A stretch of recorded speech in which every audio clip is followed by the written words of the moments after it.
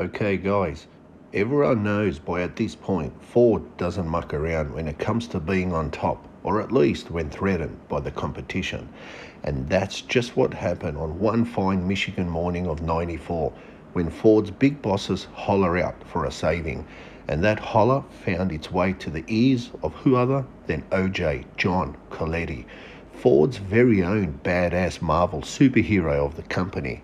John Coletti, who's in charge of Ford's SVT, Special Vehicle Team, and in-house performance divisions, etc. Coletti was assigned to build what many believe, including myself, to be Ford's very first true all in-house street machine build, no holds barred.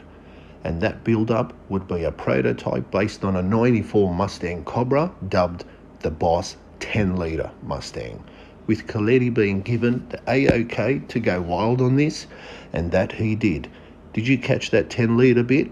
That's right. Coletti opted for a Boss 429 based power plant by AR Inc., but with a 4.625-inch bore and a 5-inch stroke for a total of 605 badass cubic inches, and being multi-point EFI, rated at 670 horsepower and at 5,500 RPM, naturally aspirated, and 700 foot-pound of torque at 4,250 RPMs.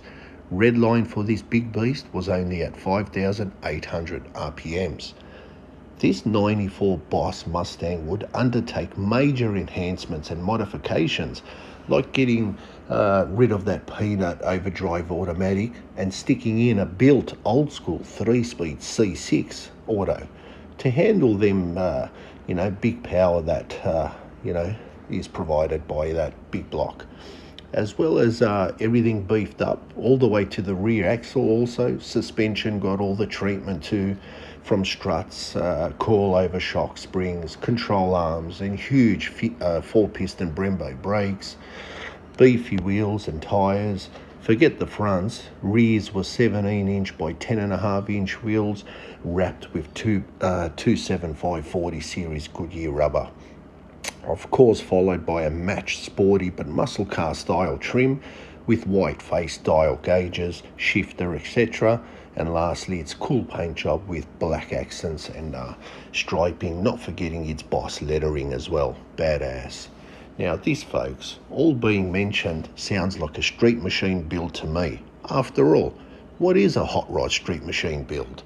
Well, it usually consists of a cool paint job, a cool paint job scheme, racy trim, upgraded and strengthened suspension and running gear, wheels, tyres, and let's not forget a built or retrofitted badass motor. This all being said, that's exactly what this Boss 10-litre Mustang is. Ford's very own, or should I say, John Coletti's badass street machine build of the '90s, that at first report turned out a 0 to 60 time in 3.5 seconds and did the quarter in 11.2 ET at 127 mile per hour in full street trim. Although there have been later reports and claims that in full race mode and trim, example with slicks, dropped mufflers, shorter gears, it has been reported that it's run in the mid-10s at like 135-ish. Now that's what I call what Ford's all about. No messing around. There was only one Boss 10-litre Mustang made, this prototype here, that actually resides in Roush's own museum collection, although Ford considered the cubic inch route for its future Mustangs in the late '90s, early 2000s, but ultimately turned to supercharging for its next big hit thereafter, which would be the 2003 SVT Cobra. There you go, guys. Another kick-ass approach by Ford in the '90s, just when things were feeling a little flat and bland in the performance realm, not only in the US of A, but in other Ford corners of the world also. And OJ John Coletti offers a taste and gives a little hope to Ford patrons in that time, and that he did. Thanks, guys.